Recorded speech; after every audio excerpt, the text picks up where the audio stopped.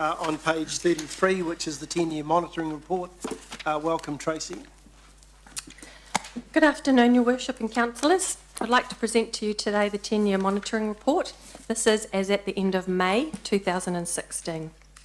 I'll take the report as read, but I do wish to highlight a few key points. Council continues to report favourable positions across the key financial measures, balancing the books, debt to revenue ratios and debt levels. Our operating result for the 11 months to 31 May is a favourable variance of $11.5 million. The actual year-to-date result is $18.6 million compared to a budget of $7 million. May's operating result is slightly favourable compared with April of $200,000. There are no new items to the report and risk and opportunities this month. However, the report has been amended to reflect updated estimates, and these can be found in attachment 6 on page 89. Our total overall debt is now sitting at $339.5 million, which is $67.5 million less than our year-to-date target of $406.8. Our 12-month rolling debt to revenue ratio is 167%, which is below the annual target of 205%.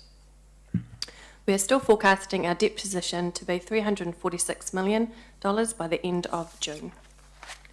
This lower than budgeted debt position is due to a number of factors: the Council's lower opening debt position at the start of this financial year, this year's continued favourable operating result, the impact of the unbudgeted deferred capital projects and the sale of the assets.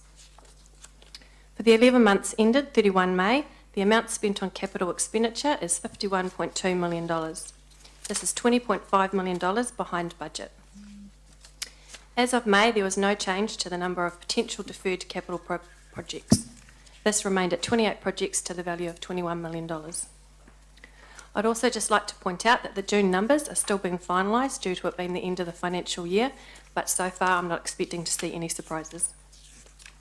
That completes my summary, and I'd be happy to take any questions.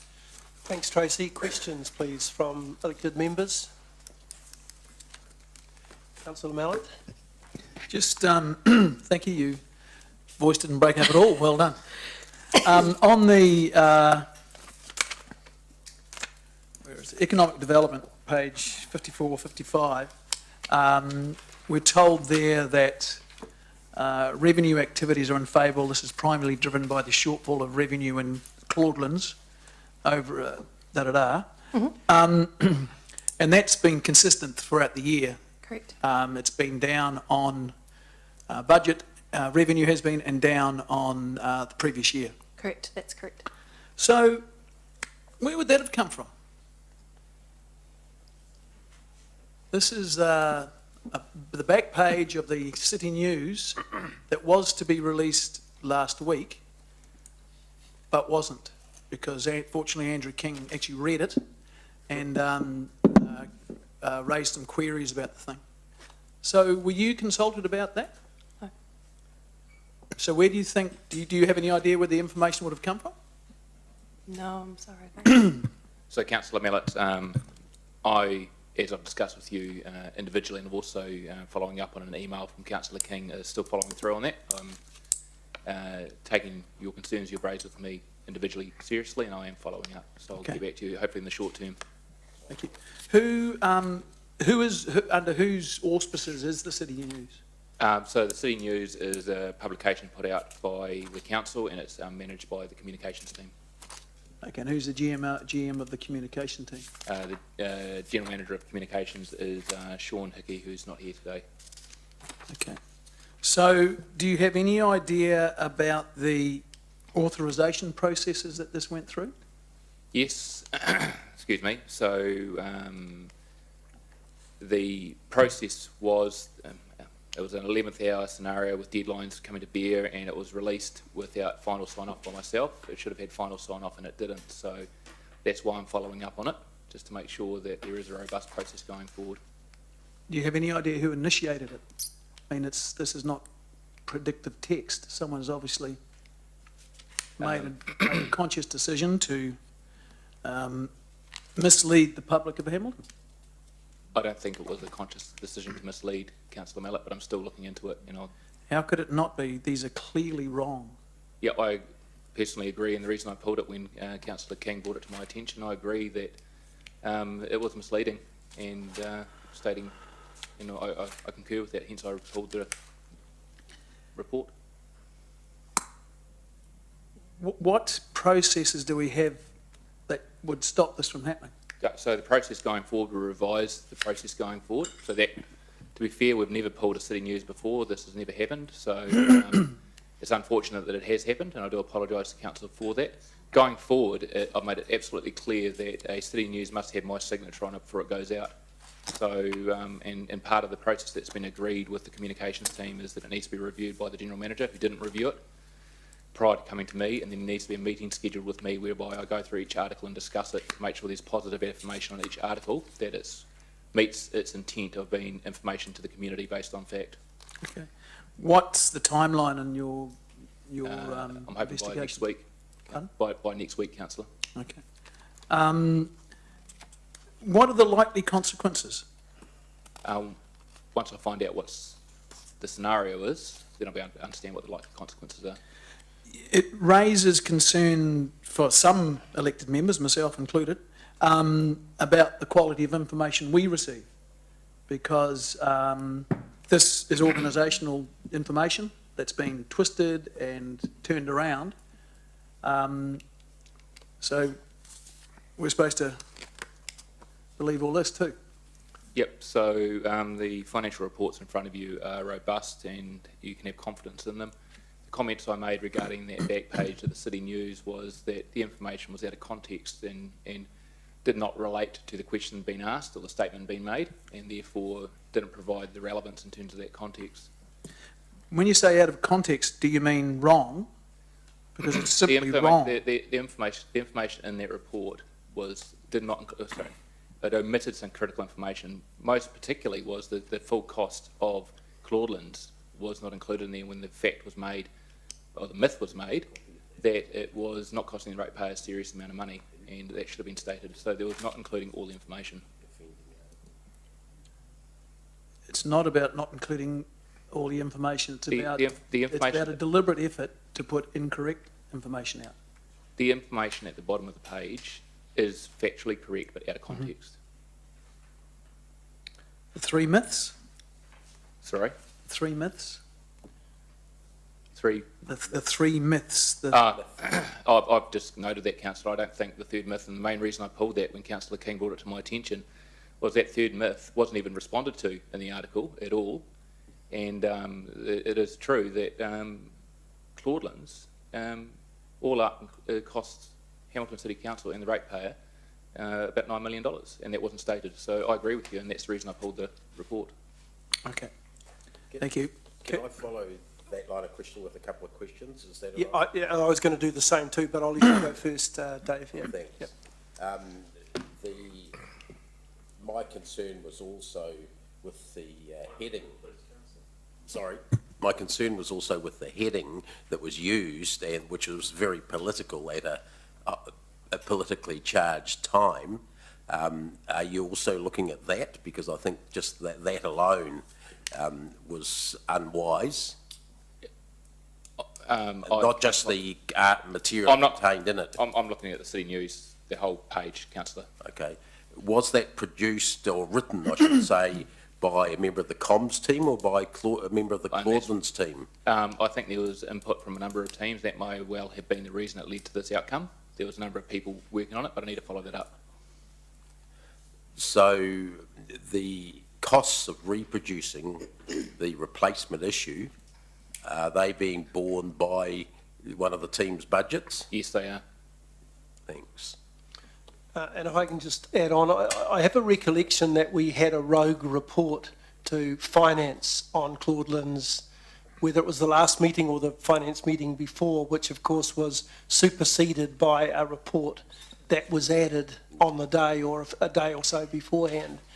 Is it? I mean, is one of the issues that rogue report is still in the system, and that's what's happened here? I can't understand that. I can't answer that question, Councillor. Okay.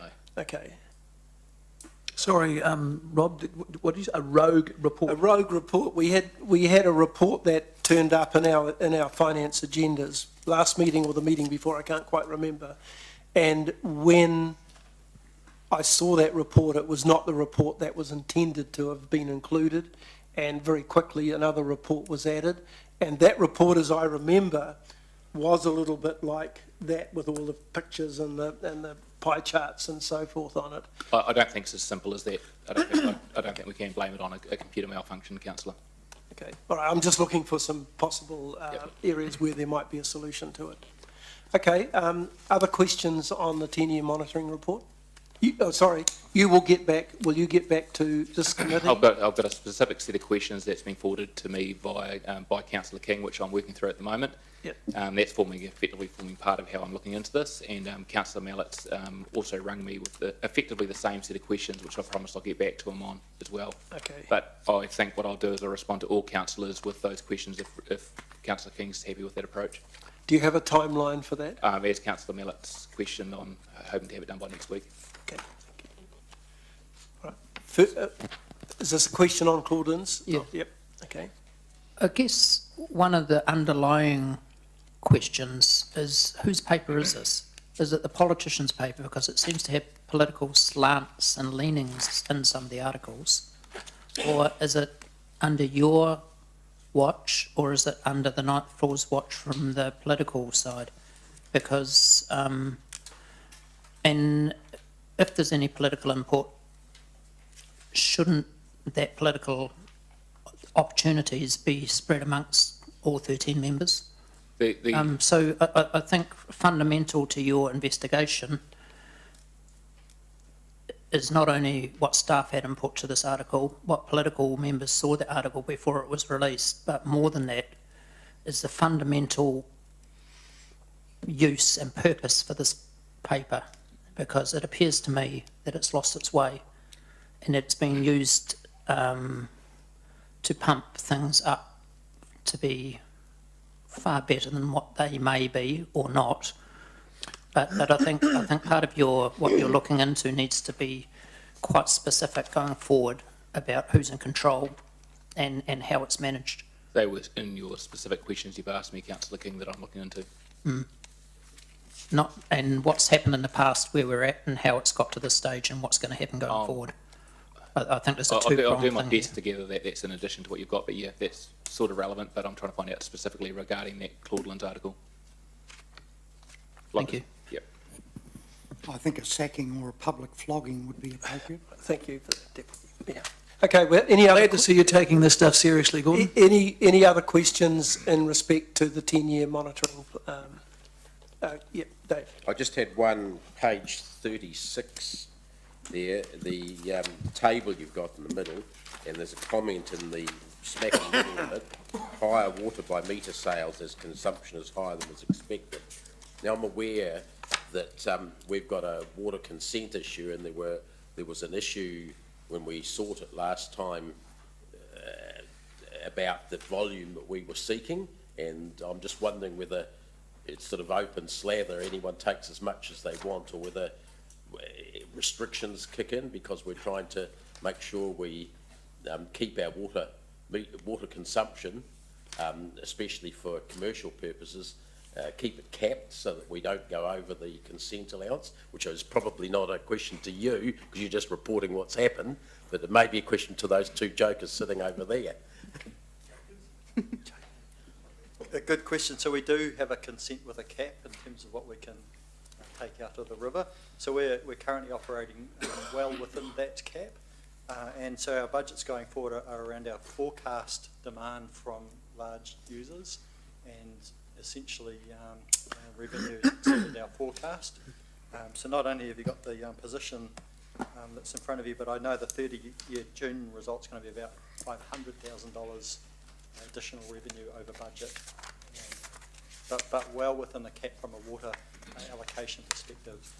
Is that something that you monitor on a regular basis to see that we don't go over it? I mean, is it going forward? What's the consent? 10 years? It's well, the consent has a long time to run. We actively monitor it. It's a do not exceed cap. We'd be in breach of our consent. We monitor it all the time, daily, in terms of the plant abstraction. So sometimes hourly. So is not it- even close Sorry. to the line.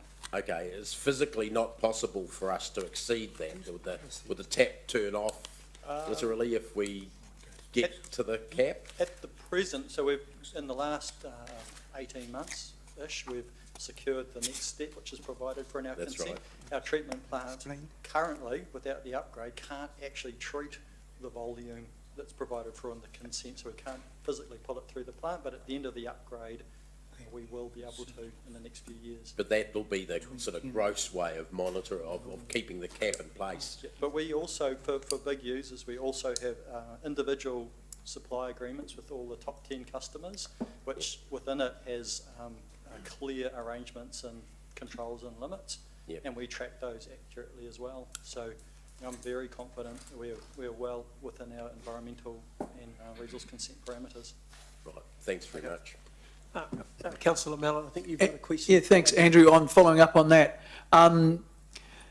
the subject to not going over the cap, increased water by metre is a good thing, right? I mean, economies of scale, we would be getting revenue with zero additional cost, really. So that's a good thing, I assume. I guess the water, because it's by metre, it tends to suggest that economic activity is increasing. I mean, to the you wouldn't measure economic growth by how much water you use, but I mean, is that right? The simple answer would be yes, but it costs to treat water. So if you're having to treat more, you have increased operating costs and things to manage. But this is me just trying to get a handle on the economics of the thing. Is water treatment, I would have thought, was a high investment, low operating cost type business. Is that wrong?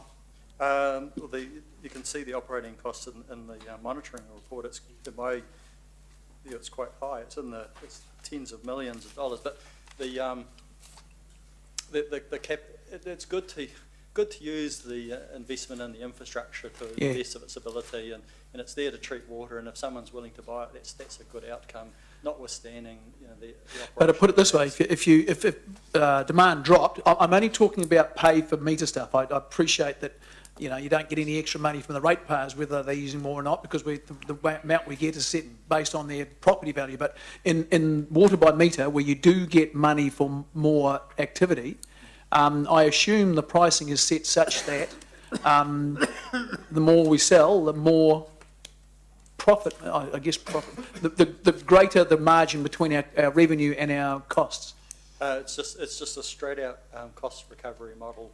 So there'll be overs and unders that will impact the expense line as well. So it should just wash out to. Sorry, I couldn't. Gordon was coughing over your answer. I couldn't hear what you said. Sorry. There'll be changes in the expense line as well as in the revenue line. But they're not going to be one-to-one ratio. No, they won't be one-to-one, but they won't be anywhere. You'll know better than I do. But they wash out to a zero bottom line generally. Because we're not allowed to make a profit out of the sale of water under. No. So you have to say that, don't you? Okay, thank you. And the other point is we don't sell the water, we simply just distribute it. Okay, Councillor Young, you have a question on that? On page 39, paragraph 43, just want to know more about that policy. And council borrowed $5 million on 21st of June. And what's that purpose? Just because of the policy, we have to borrow. Correct. And for no purpose. And that is why, on May 31st, that's 339.5 million, and then you forecast to be at 5 million. That will be the extra 5 million borrow. That increase the debt level up to 346. Is that right? Sorry, can you repeat? Okay. Because we need to borrow 5 million, right? So at end of May, the debt level was 339.5 million, but you're now forecasting end of June will be 346. Would that be that extra 5 million borrowing that add up to the debt level? Is that right? Yes, that is correct. But what is that policy? Is it a council policy? Yes. So we do have to borrow that even though we not have a particular reason to spend it all? Yes. No, Tracy, just to be, sorry, Tracy, it might be, it's within, I think we have to borrow within certain bands, is that what you're talking about? that's correct. So Yeah. at the time in May, Yeah. we were breaching because we didn't have a fixed amount of money between the 10% and the 40%. That is a council policy. Correct. Philip, just to be But is clear, it- is- they're not, sorry. Is that correct that it self-adjusts anyway? That there will be other loans that will be maturing? We are matured. And so therefore you would have probably borrowed this at a much lower rate than the loan that was maturing? That's correct. So we've got obviously borrowings that are coming off in the next 6 months as well that will be maturing from a borrowings perspective. So this is just to be in advance, I guess, of those borrowings coming off, and the difference between the interest rates is equal. It's a neutral effect. So Chair, Philip's question was very simple. We got to 9%, so did we rush out and borrow another 5% to bring it up to the 10? That was without any real purpose. That was the answer. That was There's no the real answer. purpose. So just to add to that, and I know there are other questions being pondered too, should we be looking at adjusting our bands if we are in a situation where going forward we will have time periods where our fixed loan balance will be lower than what we had previously predicted? If I can answer that, Councillor Pesco, this hasn't happened before that we know of, and so if something like that happened again, we would have to look at our policy and make recommendations to council. Certainly intend going into the annual plan next year in terms of our debt borrowing. You would have seen that we intend on a lot of investment in infrastructure, so we don't expect this to be a concern next year. Sorry, Gary, did you want to? No, that's Okay. Dave, yeah. Yeah, Tracy, is the council buying a train? Item 40, we've got $3 million forecast increase for the contributors for the Western Rail train. If we are, I think it's a good idea, but You're happy, Dave? well, we've been after a train for a while. I want one for the east. No, bugger the east, we want it on the west. I presume it means trail. Trail. Thank you. Okay, if there's no further questions, the recommendation. Sorry, Andrew. This layout with the boxes for non-accountants, whose concept is that? That's the same boxes that were there before, but because of the more in-depth descriptions, they've rolled over to the second page. Right. But if you have a look at previous Finance Committee agendas, it will be exactly the same. I think, Andrew, that's come about because of questions I asked about, you might remember a couple of meetings ago, there was big wads of money in other expenses or something, and I think as a consequence of meetings between Tracy and myself, we've split out some of those other expenses, which means there are other now line items to be commented on. Is that right, Tracy? That's correct, yes. It's very good, I think, for non-accountants. It's very clear and crisp and clean, it's good. Okay, so the recommendation from management is that the report be received. I'm happy to move. Do I have a seconder, Deputy Mayor? Any discussion on the 10-year monitoring report? All right, those in favour, please say aye. Against? Carried. Thank you. Item 10 is the contract 15594, supply of electricity. Welcome, Scott. I'll move. Second. I've moved, Chair. Thank you. Is there any discussion on the report? Yep, I've got a seconder. Yep. Oh, no. Question? Yeah. Question. A question? I just want to know the time of use site and the non-time of use site. Can you give me an example on those? I just couldn't. Where is a large site built half hourly, or a small site built hourly? So what is that? Yeah, sure. The time of use sites are our larger sites, like the wastewater treatment plants, the water treatment plants. So they're built on half-hour increments. Yep. The non-half-hour sites are the smaller things like the parks, connections at parks, and things like that. Okay. All right. Yep. Thank you.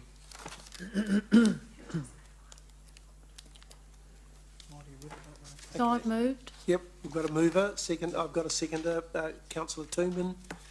Is there any debate on the... Councillor McPherson's got a question, I think. Oh, sorry, Dave.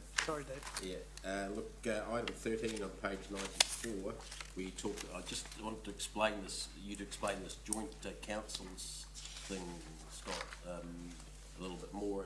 Is it a joint contract we put out, like a shared service type arrangement, or we just all go to the same one individually, or? Previously... What sort of economy of scale is that delivering us, I guess? Yes, certainly. Previously, we've gone out as a collective of local councils, Waikato Regional Council, Waikato District Council, Waipa District Council, collectively for the last 3 contract cycles for this. This time the partners got together and looked at the options with it and have decided to pull their requirements with the Ministry of Business and Innovation panel. The reasons for that is the benchmarking that we've done is the extra economies of scale that are available through the total government package will give us some advantage, particularly on our larger sites. So we're part of these councils you name in the Waikato, are part of an all-of-government tender? Correct. The all-of-government panel was awarded 3 years ago, and they do separate what they call tranches, which was just tendering packages as they come up from different government entities. So we've joined in with that. And at the moment, they're all going to contact? It's variable between council to council. I'd say contact have the majority of it, but there are some variables at the time amongst. We went for it, ours came up for renewal, and it happened to go to someone else, Meridian or whatever, then it would be Meridian, because we're part of that national deal. Yeah. Look, each territorial authority, the pricing comes in from those off the panel, and each territorial authority has their pricing evaluated separately and a recommendation around the most cost-effective option and around that supply. So it's not through our formal shared service LAS or anything like that? No, it's just through collaborative working, as we've always done with it. In the past, we've collaboratively tendered but awarded, each council's had a separate contract at the end of it. It'll be the same process again, that everyone will have a separate contract through MBIE and the relevant supply. And it's something that could be done in other areas, vehicle purchase perhaps? We are part of the MBIE panel for vehicle purchases already. So, you know, there's a number of categories with it where they've offered some real benefits. Vehicle purchasing is obviously one where government has always got it cheaper than everyone else, including local government. Air travel? Air travel is one of the panels. We are not currently with that. Having done the evaluation, it wasn't quite as financially beneficial if you weren't in one of the major centres with competition. Right, okay. No, thanks for that. Right. Any further questions of staff? All right, we've got the motion on the floor. Anyone wish to debate the recommendation, the motion, which is in paragraph 9 on page 94? I just wish to make a comment that it's good to see what can be done without forming a CCO in terms of savings for the council through the public service, Gary. Great, okay. You can't sack the directors. All right, those in favour, please say aye. Aye. Against? Carried. Thanks for that, Scott. Item number 12 is the contract 15279, wastewater and water pipes and fittings. And you'll recall we had a presentation from one of the tenderers on this contract. So if you'd like to perhaps speak to the report, Scott. Thank you, Mr. Chair. Contract 15297 is for the supply of wastewater and water pipe fittings. As background to this contract, we have previously had a water pipe supply contract with Humes and a waste pipe contract with Hines. Both have been contractors to council for a period of approximately 16 years plus. We have combined our requirements into one contract prior to publicly tendering it. The reasons for that was to get some the logistical benefits of only having one supplier to deal with rather than multiple suppliers to deal with, and also to leverage our economies of scale with one supplier. We've gone through a public tender process with that and have evaluated the responses. We only had 2 responses from our 2 incumbent suppliers on Humes and Hines.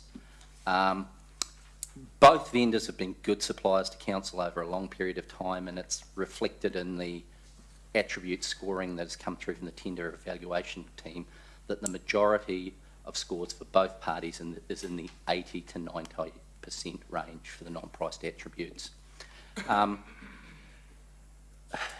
We've gone through that process, and it's been a robust process that's in line with the terms and conditions of the RFP, our procurement policy and good practice, and crunch the numbers and come to a decision to award that to Hines. There are some good reasons we think in around doing that, and around a marginally better methodology, and of late a little bit better track record from Hines on the supply of goods. There was also a deeper representation of key staff available to council, and although we've had a good run with Humes and a strong account manager, there has been a little bit of lack of depth behind that position. But having said that, both parties scored well with it. The key thing to remember here is that we've gone through a process, it's robust, it's been in line with the RFP, our procurement policy and manual, and also good practice, and the decision has been to recommend the award of Hines for this contract. Humes were verbally advised in mid-June that they would not be the successful party being recommended to this committee. That's a courtesy thing that we do with all incumbent suppliers when they are not going to be recommended for a contract.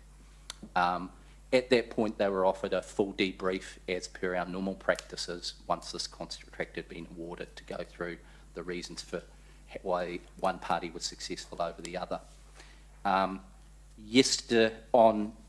Late in the day on Tuesday, 12th of July, we had a contact from Humes in around saying they had some concerns around the evaluation and that they wished to have their concerns heard prior to the council meeting. Both Simon Young, who's here with me, and myself did a review yesterday of the whole RFP scoring process and where we are with it. We're comfortable with the scoring and the practice with it, and we again phoned Humes yesterday at 3 p.m. and although not getting them, left a voicemail message advising we have reviewed the evaluation and are comfortable with the scoring, and again offering a full debrief as per our normal practices once this contract has been awarded. We have not had a response to that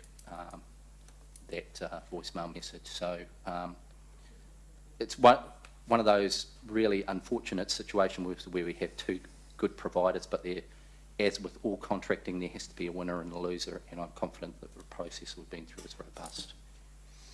Thanks, Scott. I've got Councillor Mallett and then Councillor McPherson. Thank you, Scott. Thank you, Rob.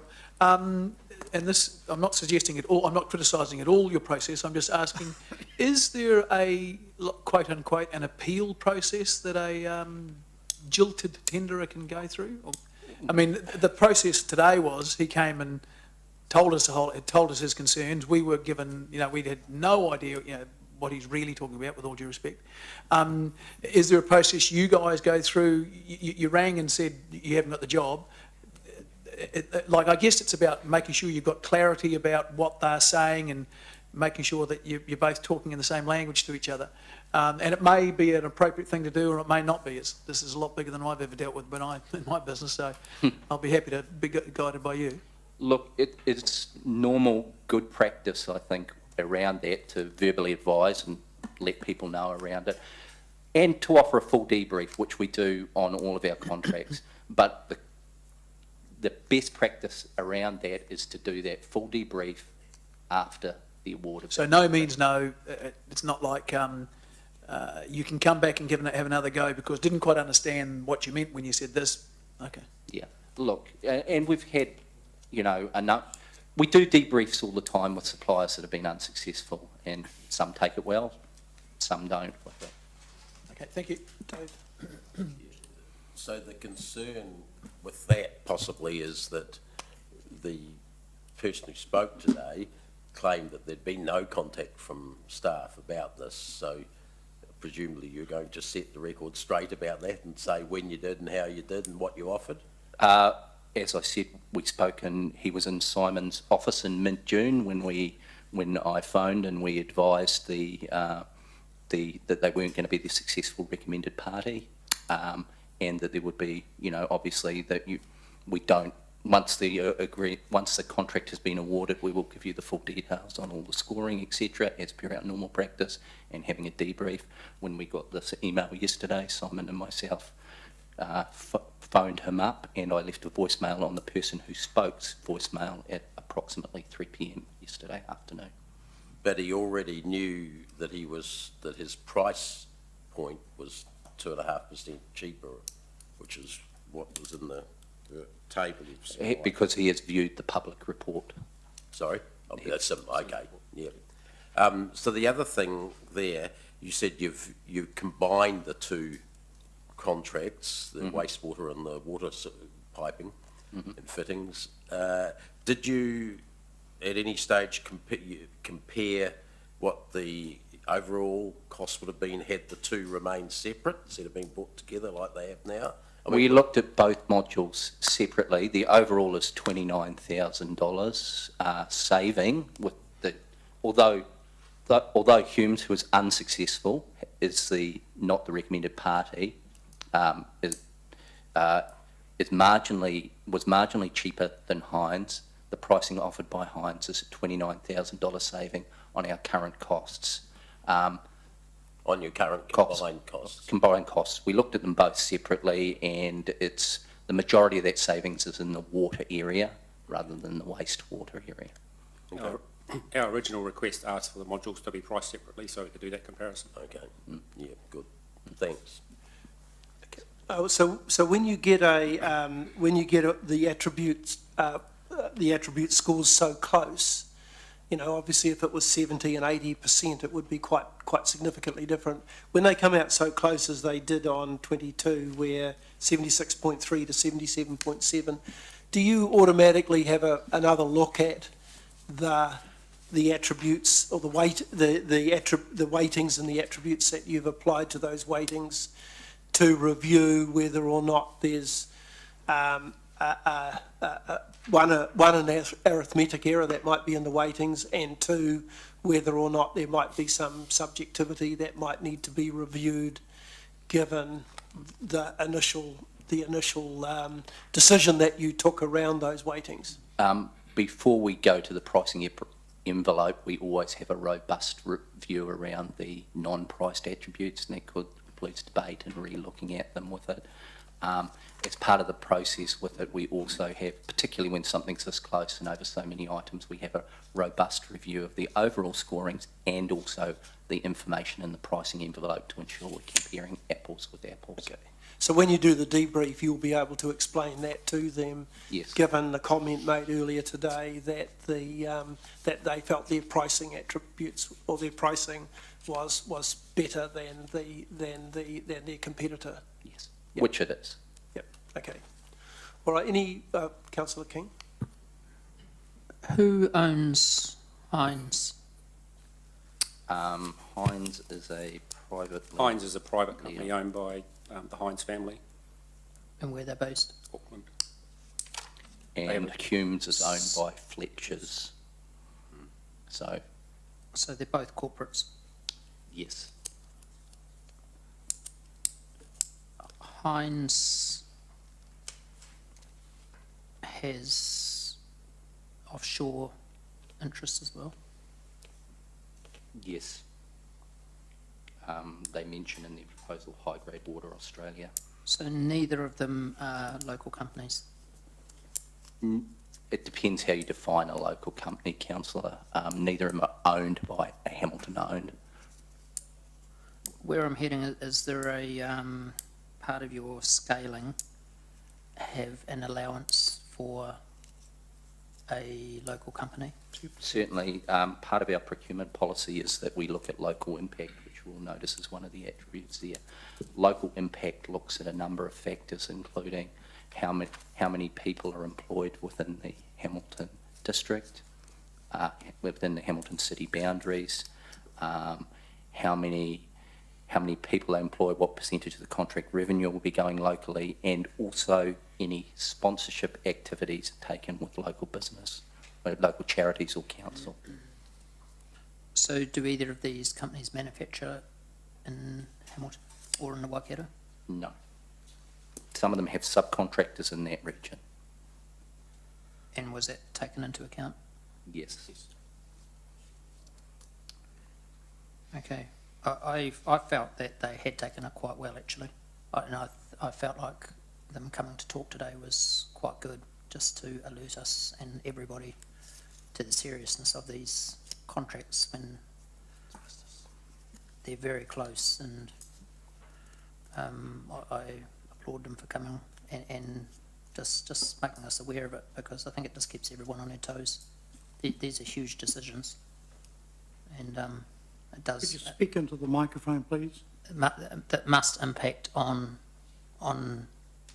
the region if somebody else already had the work and it's been taken to another company. But as you say, neither of them manufacture here. Everything's bought in, so, and neither of them are owned locally. I'll move. Yep. Thank you, Your Worship. Deputy Mayor, second. Any debate or discussion on the recommendation in paragraph 8? Just a quick comment, Chair, to remind Councillor King that both Councillor McPherson and myself were the two councillors that led the charge on acknowledging local business. And at the time that was done, there was a percentage margin that allowed the local firms to be within a particular price. So I just wanted you to know that around this table, there were two strong advocates for that. All right, so those in favour of the motion, please say aye. Aye. Aye. Against? Carried. Thank you. Thanks, Scott. Thanks, Simon. Next item is the Sylvester Road stopping. I'll move this. Ken? You may not have to sit down. Yep. I've got a question. Oh, No, second. Okay, so I've got the moving of the recommendation from Her Worship, as well as Councillor Young seconding. Do we have? You have some questions. Dave, you've got the question. Yeah, I do, thanks. Page 104, risk item 46. This implies, the way I'm reading it, that the adjoining property owners, and I'm not sure which side when I look at the map, have already included the Stops Road, or that we're debating or discussing today, into their subdivision plans, which presumably must have been approved by another part of council prior to us actually saying, well, we're going to stop the road. So I'm wondering, is the tail wagging the dog here? Because you're saying it's a high risk that they'll challenge us, which implies a legal challenge even, perhaps, if we don't approve the stop road being sold off to them, and they've included it already in their subdivision plans, according the way I'm reading this. Yeah. To my understanding, councillor, it might be included in their subdivision consent, but they can't give effect to any consent until they own the land. So I think it probably is part of their consented plans, but they can't give effect to it. Why would one part of council be giving consent to that when it's actually a public road at the time? Surely that's not right. I would assume it would have been made clear to the developers at the time that they don't have ownership of the land, and there'd be a process to go through for stopping and ownership of the land. But when you look at the size, I'm looking at the map, page 106, certainly the easiest for me to follow, to get the context of it, more than just the stick diagrams. I would imagine that some of those sections carved off on the left there, where they're building the improved, inverted commas around this improved road network, are dependent. You know, they'd be too small. They wouldn't meet our district plan requirements unless they included part of the stopped road. And if that's the case, we would have been approving sizes of lots that weren't theirs to ask for at the time, and with no guarantee of them asking for it. So, I mean, the query is probably not, Chris, to your side of it, it's probably going back further. How come our regulatory section has said yes to something that isn't theirs? I mean, that is actually councils and publics until we decide otherwise. You know, you're saying you would assume things. Where's the evidence? Yeah, councillor, I don't